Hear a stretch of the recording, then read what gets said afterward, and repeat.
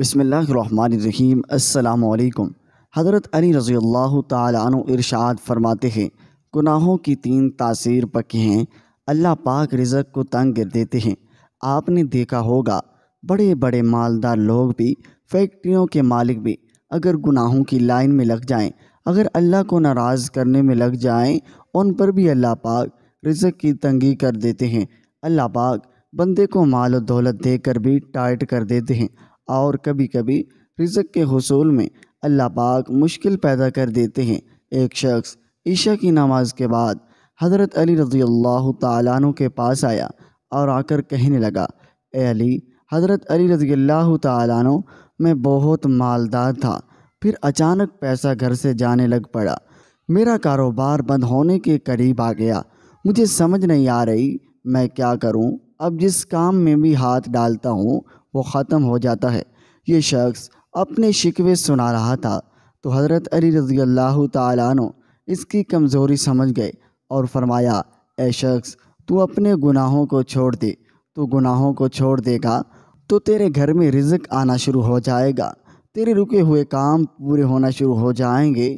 وہ شخص کہنے لگا، آپ مجھے اشارہ تو دیں، میں کیسے گناہوں کو چھوڑ دوں؟ تو حضرت علی رضی اللہ تعالیٰ عنہ فرمانے لگے، اے شخص، تو اپنی زندگی میں جو گناہ روزانہ کرتا ہے اور جان بوجھ کر کرتا ہے، تو نماز نہیں پڑھتا، اور جب اذان ہوتی ہے تو تم مسجد کی جانب نہیں جاتے، تو نماز پڑھنا شروع کر دے۔ اگر شراب پیتا ہے تو شراب کو چھوڑ دے، جو برائی تو جان بوجھ کر کرتا ہے وہ برائی چھوڑ دے، وہ گناہ چھوڑ دے۔ اگر کوئی جانے انجانے میں تو اس سے کوئی گناہ ہو جائے تو رات کو سونے سے پہلے اپنے اللہ سے گناہوں کی معافی مانگ لے، یا اللہ، جو گناہ مجھ سے جانے انجانے میں ہوئے تجھے معلوم ہے، تو دلوں کے رازوں کو جانتا ہے، یا اللہ میرے وہ گناہوں کو معاف فرما۔ انشاءاللہ تو یہ کام کرے گا تو تیرے اٹکے ہوئے کام بھی ہونا شروع ہو جائیں گے۔ اکثر لوگ کہتے ہیں میری ڈیل ہوتے ہوتے رہ گئی، یہ جو ہوتے ہوتے رہ جاتی ہے یہ کسی وجہ سے ہے، مگر جب عاملین کے پاس جاتے ہیں تو یہ کہہ دیتے ہیں کہ کسی نے کچھ کر دیا ہے، اللہ پاک ان سے بچائے، کسی نے بھی کچھ نہیں کیا۔ کیا اللہ ہمارے گناہوں کی وجہ سے ہمارا رزق تنگ کر دیتے ہیں؟